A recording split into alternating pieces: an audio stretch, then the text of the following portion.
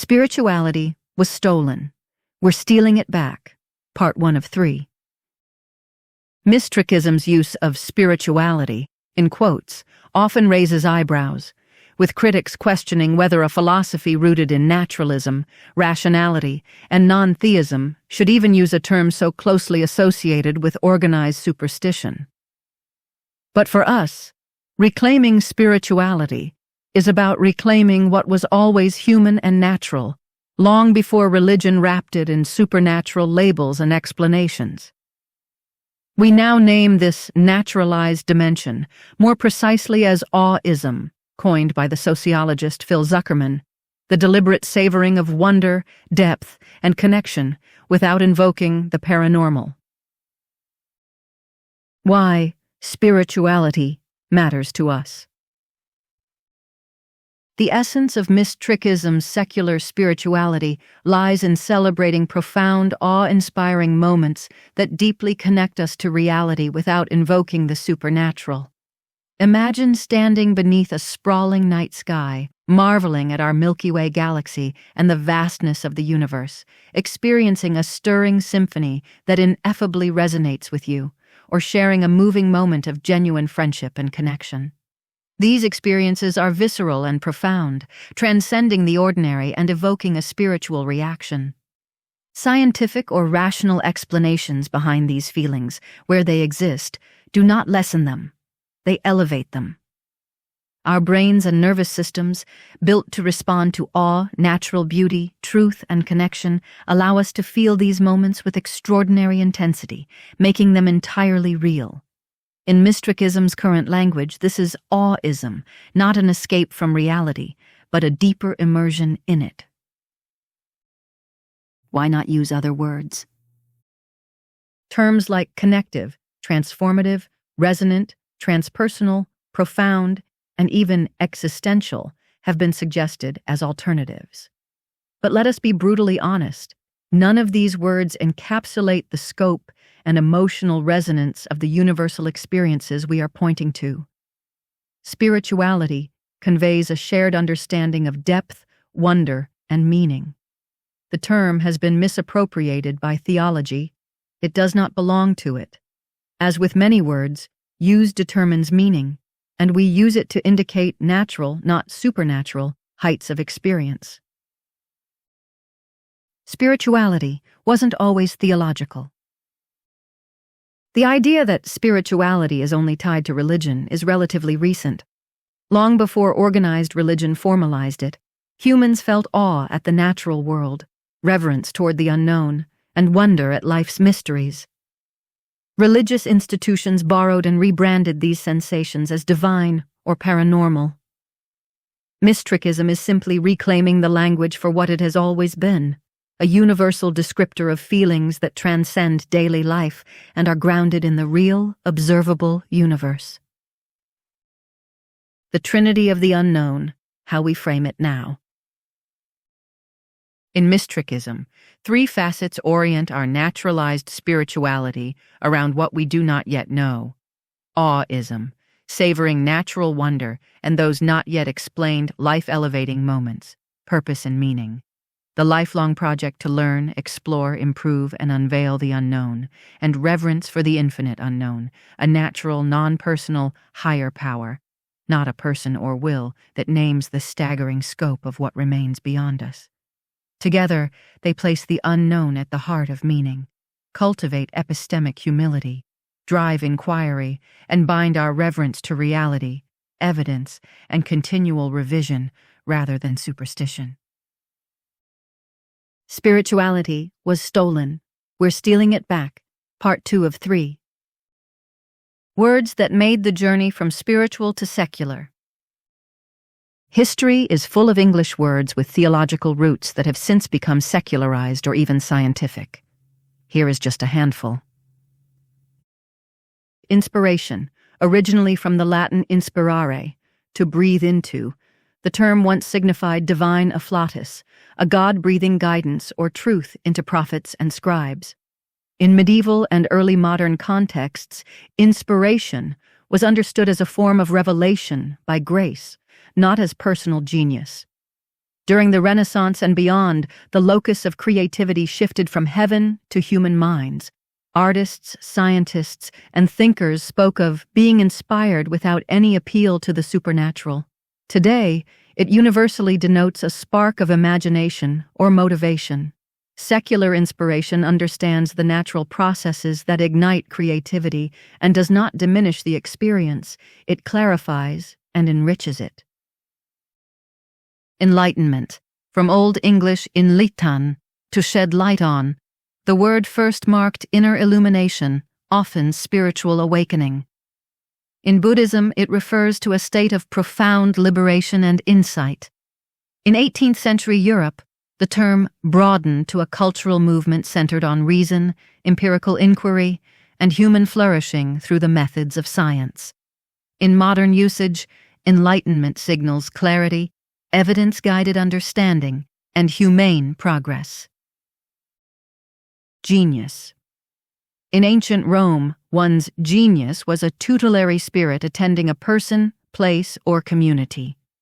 Over the Renaissance, the emphasis migrated from an external demon to an internal capacity, unusual talent, especially in art and science. Today, genius refers to extraordinary ability or insight with no supernatural residue. What once looked like divine favor is now understood as natural variation in cognitive traits, training, and context, still wondrous, still rare, yet entirely natural. Ecstasy. From Greek ekstasis, standing outside oneself, the word described trance states and raptures often framed as communion with the divine. Over time, its scope widened to include any overwhelming joy, absorption, or intensity that suspends ordinary self-talk through art, love, sport, nature, or discovery. Ecstasy is a lawful, emergent feature of our brains and nervous systems, meeting salient beauty and truth, a peak, not a portent, a natural height of experience, not evidence of the supernatural. Blessing. Old English bletzian, bletzung, originally meant to mark with blood, a consecration by sacrifice. Later, under Christian influence, blessing came to mean consecration or divine favor. In modern secular speech, it describes good fortune, approval, support, or gratitude, a blessing in disguise. You have my blessing. Blessing can be reclaimed as a shorthand for conditions that support flourishing, health, safety, and trustworthy relationships without implying a heavenly source. Grace, from the Latin gratia, favor, kindness, a pleasing quality. Grace occupied a central place in Christian theology as unearned divine favor, God's merciful gift that saves or sustains.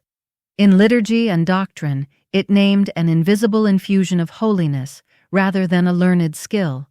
Over centuries, the term broadened beyond pulpits and creeds.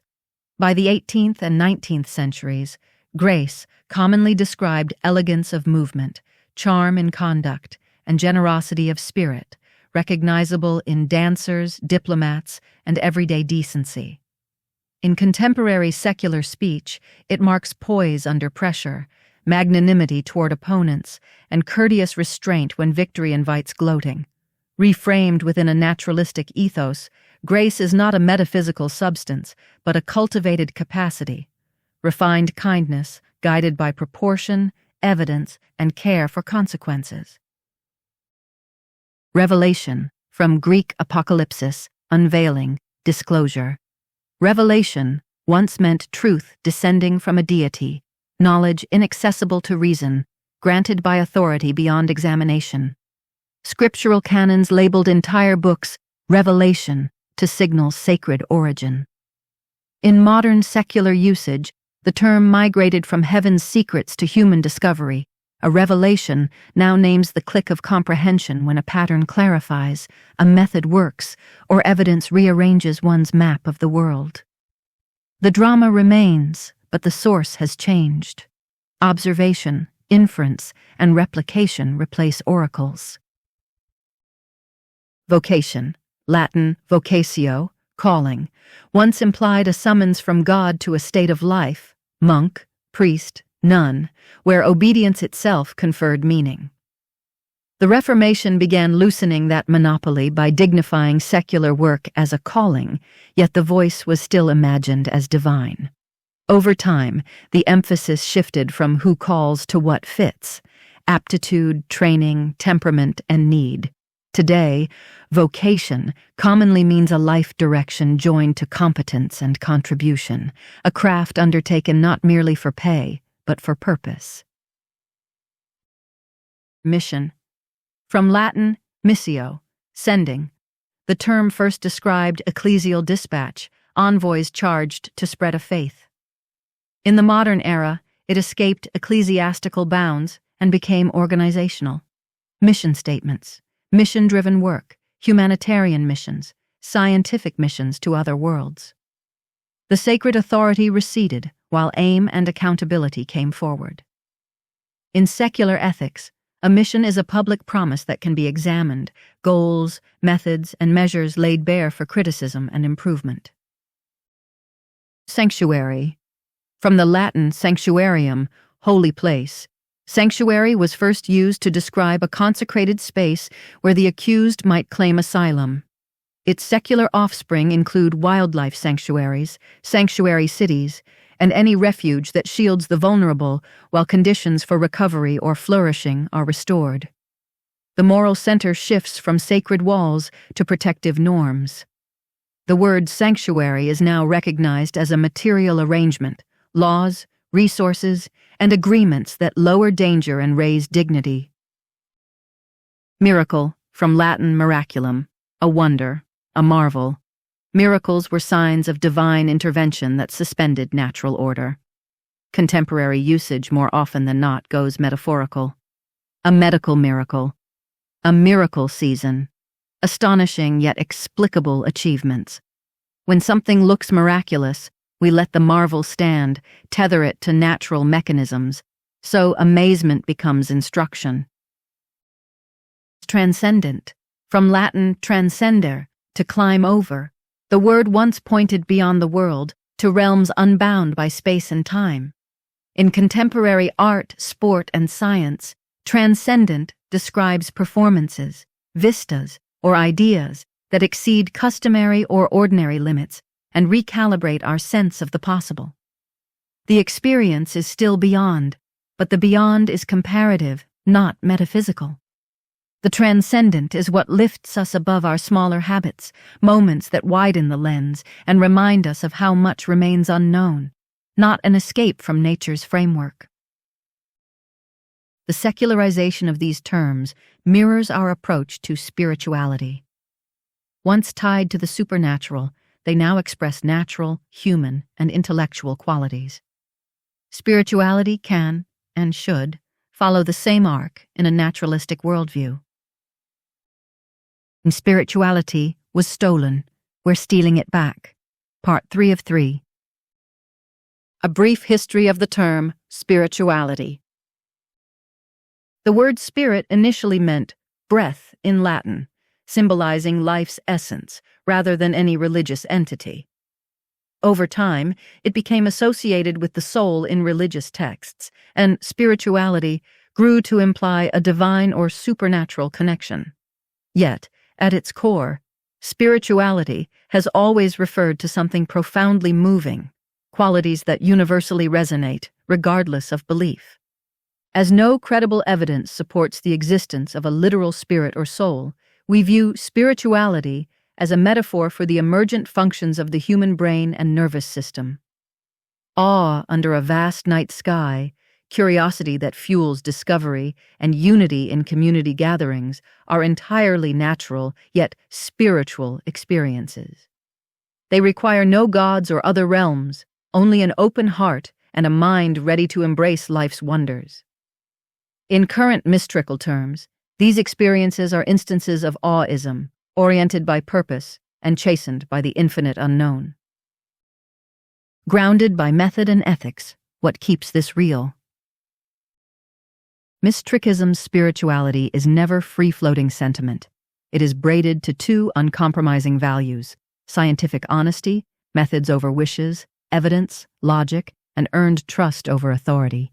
and justice for life and ecosystems, proportionate, adaptive ethics that aim to reduce suffering and increase well-being. Awe without honesty becomes sentimentality. Reverence without justice becomes evasion. Our spirituality must cash out as clearer thinking and fairer action. Behind this sits a quiet but firm backbone of fourfold naturalism. Metaphysical, reality is entirely natural. Methodological, we investigate with the tools of science. Epistemological, knowledge is evidence-based and revisable. And ethical, values are tied to observable flourishing rather than revelation. Mystery invites inquiry, not mystification. When the unknown yields to method, it joins nature's ledger. When a claim resists testing, it does not earn belief. Reclaiming spirituality as our own. Within Mystrikism, spirituality is a bridge to these universal experiences, not something owned by any ideology or belief system. We take back this language to reflect rational awe, secular reverence, and a grounded connection to reality. It also signals an ethical stance, savoring wonder while pursuing honesty and justice in how we live. Let spirituality serve as a reminder that some of life's most moving experiences lie within the universe as it is, vast, complex, and endlessly inspiring. In this precise sense, yes, we are stealing spirituality back because it was always ours to begin with. Spirituality, a Mystrikal perspective, Part 1 of 3. Aweism and phenomenological efficacy, a Mystrik's spirituality. Why does aweism belong in our spiritual trinity of the unknown? Moments of awe are real to us and deeply felt, yet they are beyond our complete comprehension. Period. They exist in that liminal space where we can describe their effects, but not fully understand and trace their origins. Whether it's the vastness of a star-filled sky, the delicate perfection of a dewdrop clinging to a blade of grass, or the electrifying swell of a perfect piece of music, awe reshapes us in ways science has yet to decode.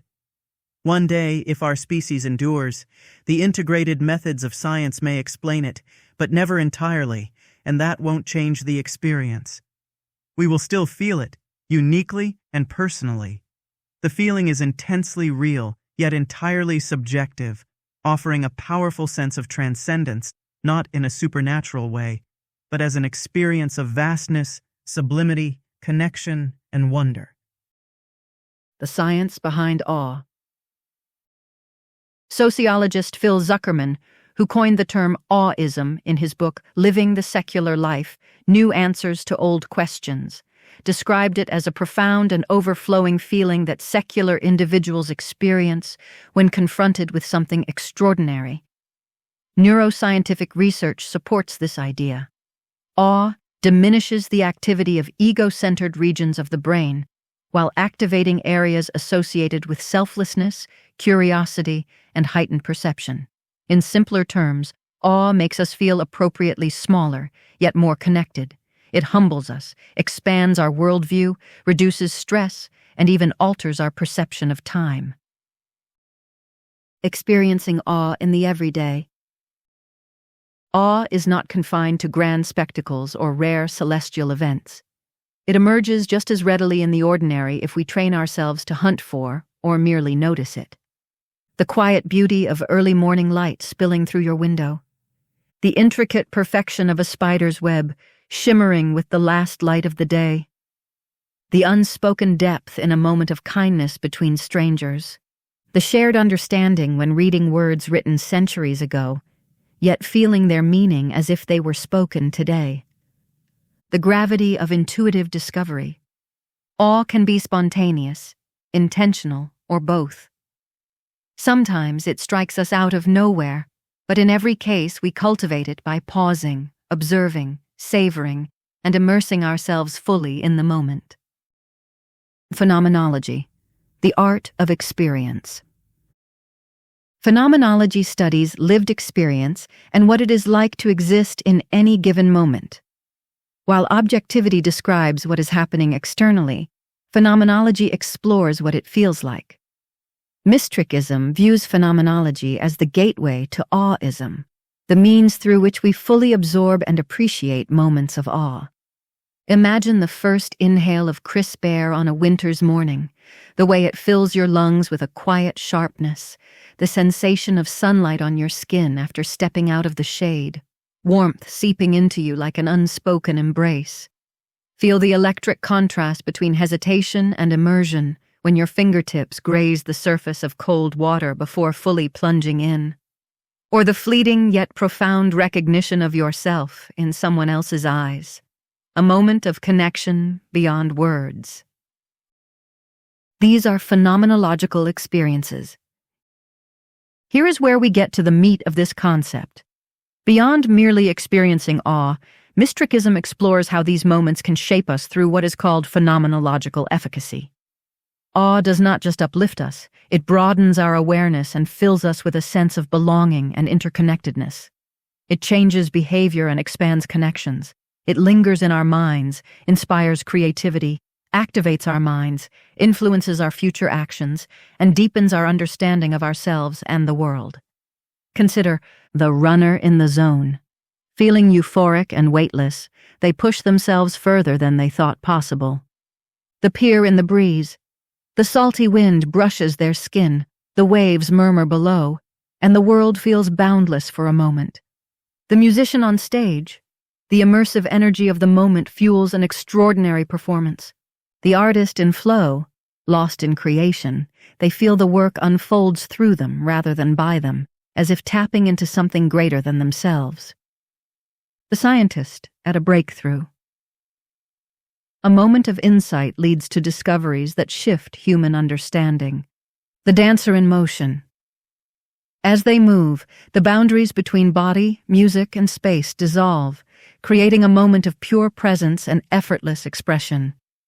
The listener to a powerful story. Their worldview shifts, their empathy expands, and they make choices they never would have before. Experiencing awe alters us, subtly or profoundly, leading us to deeper insights, stronger connections, and sometimes even positive, life-changing decisions. The practice of pausing, opening yourself to awe. Central to Mystrikism is the deliberate practice of pausing, resisting the momentum of modern life to make space for awe. The world is always astonishing, but too often we are too preoccupied to look for it, let alone notice and appreciate it. Instead of rushing through your morning, pause to savor the warmth of your coffee, the way it curls in steam against the air. Instead of hurrying past a tree, stop and run your fingers along its bark. Feel the texture, the ridges shaped by time, the quiet presence of something that has stood for decades, perhaps centuries. Instead of tuning out the sound of rain, listen. Hear the rhythm as it meets leaves, rooftops, or the earth. Each drop is a fleeting note in an endless symphony. Instead of checking your phone while waiting in line, observe the small, unspoken moments around you, the way strangers interact, the flicker of expressions, and the way light moves across the room. Instead of inhaling your meal without thought, notice the flavors, the textures, the effort, and the history behind what's on your plate. Pausing is not passive. It is a conscious defiance against the dulling effects of routine. It is an invitation to deepen our experience of reality, move beyond mere existence, engage, feel, and experience the transcendent and sublime inexplicability of the cosmos. Aweism offers a rational path to embracing the mysteries of existence. It does not ask for supernatural beliefs or leaps of faith. It simply invites us to be present, to appreciate, and to marvel at the profound beauty of the natural world. These moments of marvel, whether grand or seemingly mundane, remind us that while we may never fully understand the universe, we can revel in its mystery. Spirituality, a Mystrikal perspective. Part 2 of 3. The dynamic and infinite unknown, reclaiming perspective. In Mystrikism, we acknowledge the unknown not as a forbidding void to be filled with speculative fears and the gods of the gaps, but as a fundamental and rational aspect of reality, an ideational realm that humbles us, tempers egotism, and offers an unparalleled, much-needed perspective on our place in existence. This is the second part of our Trinity of the Unknown, following Aweism, which explored the transformative power of profound experiences. Now we turn to the infinite and dynamic unknown, a concept that replaces traditional notions of higher power with something real, vast, undeniable, and intrinsically inexplicable, the boundless mysteries of reality itself. Unlike supernatural beliefs, the unknown is both an actual and abstract concept with no mind, agency, personality, agenda, awareness, or any divine, paranormal, or supernatural elements to speak of. Just merely what we are not aware of, know, or comprehend.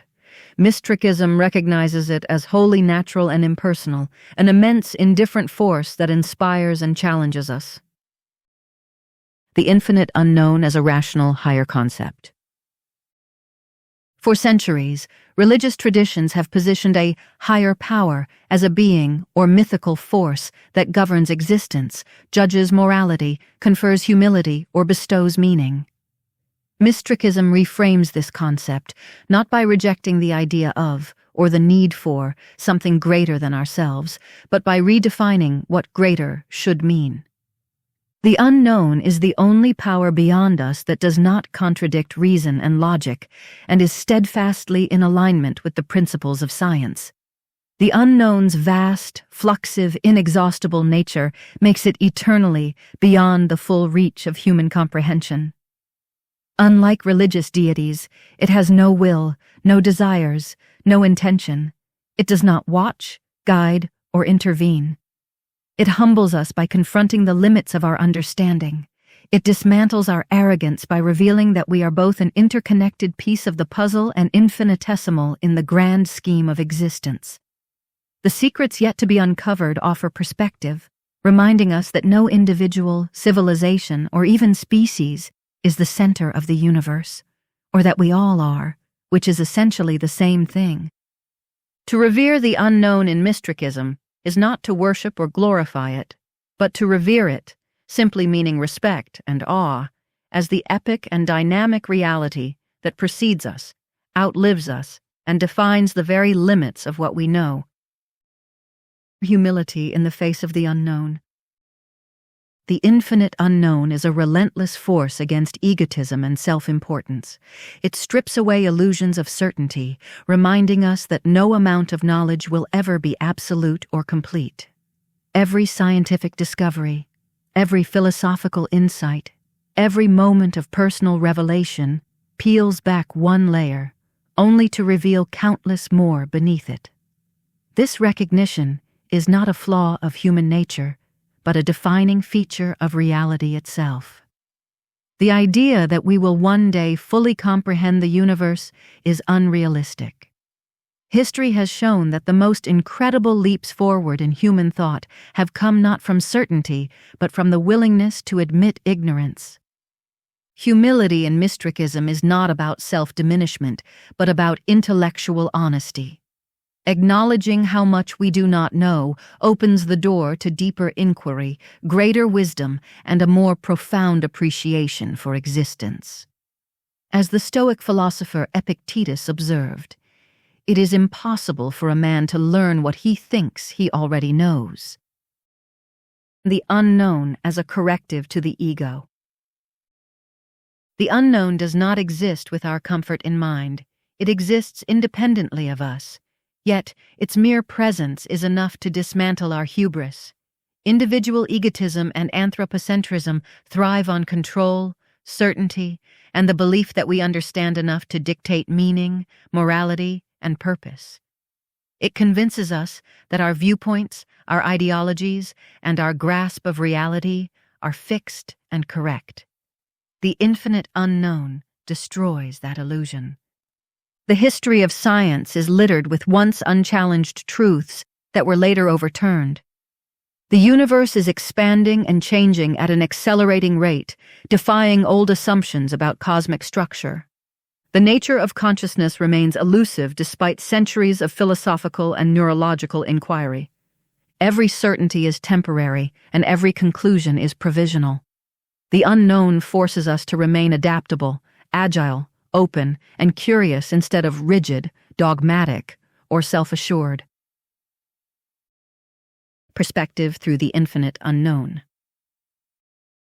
Our perspective shifts when we place ourselves within the vastness of the unknown.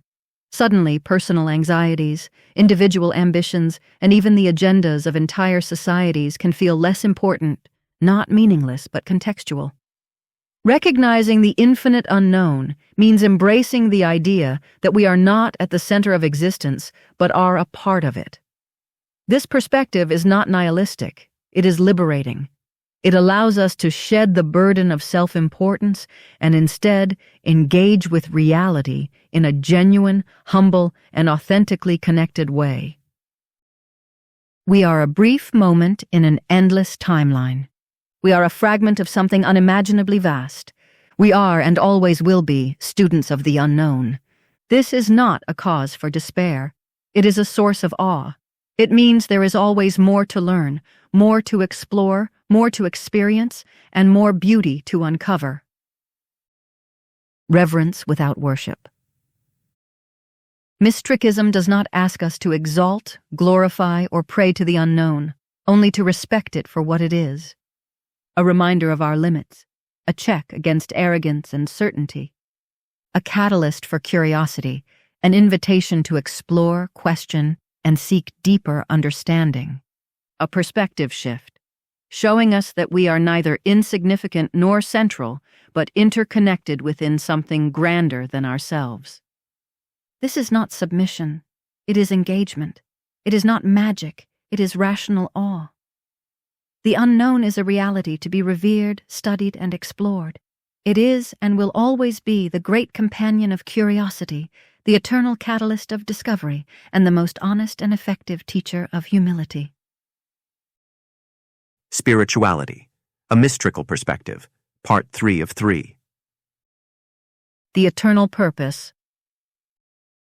Traditional worldviews often present purpose as something fixed, bestowed by an external authority, written in ancient texts, or embedded in the fabric of reality. Mystrikism takes a different approach. Purpose is neither given nor predetermined, but fluid, personal, and ever unfolding. The ultimate purpose of sapient life is the pursuit of understanding. Our existence is not about fulfilling a preordained destiny, but an ongoing process of discovery about ourselves, each other, the intricate ecosystems of nature, and the cosmos. As Carl Sagan beautifully expressed, we are a way for the cosmos to know itself. Every moment of insight, every step toward greater awareness, is a triumph over ignorance. We are the instruments through which the universe examines its own complexity, and with every question asked, we illuminate the hidden corners of reality. For a Mystrik, purpose is not a fixed destination, but an evolving journey, the search itself. Meaning is not imposed from the outside. It is something we create through curiosity, exploration, and deep engagement with existence. Meaning from the unknown. The role of mystery. Every discovery brings forth new questions. Science, philosophy, and human understanding are not about closing gaps, but revealing deeper layers of complexity. Imagine discovering the most beautiful and expansive theme park in the world, and each time you enjoy a ride, at the end, you find 1,000 more, each more exciting and intriguing than the last. The structure of DNA was not the end of biology, but the gateway to genetic mysteries. The theory of relativity did not complete physics. It opened the door to quantum mechanics. The unknown is not a void to be feared or filled with desperate nonsense. It is the very thing that sustains our sense of purpose. Meaning is not found in having all the answers, but in the insatiable drive to seek them.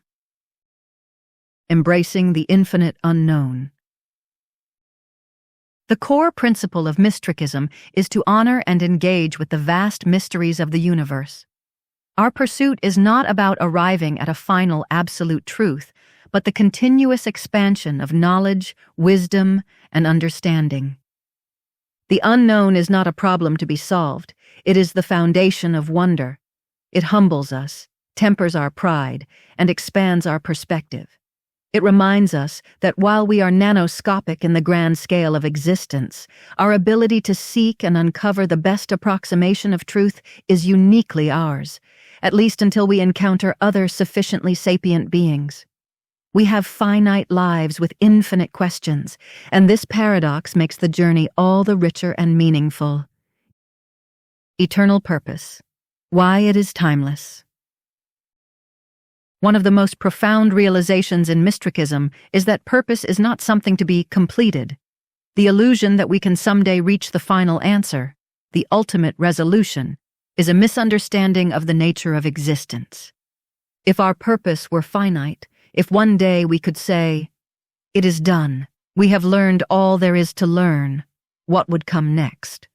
The fact that discovery is endless is not a flaw in existence, it is its most beautiful feature. For some, the idea of an infinite journey may feel unsettling, but for a Mystrik, it is exhilarating.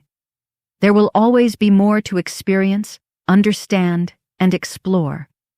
This ensures that meaning is not a fleeting moment or a finished task, but a constant process, renewed with every question asked, every insight gained, and every moment lived with intensity.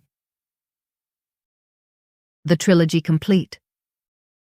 With this, we conclude the three-part exploration of Mystrikism's naturalized spirituality, Aweism, the infinite unknown, and eternal purpose and meaning. Each facet of the Trinity of the Unknown reflects how Mystriks spiritually engage with the unknown and existence. We embrace awe, revere the unknown, and pursue meaning through the endless search for understanding. This means that it is not something handed down, but something we forge. It is found in our curiosity, our connections, and the moments we choose to experience and savor. The journey is not just the path, it is the purpose. As long as there are questions left, our purpose remains eternally renewed.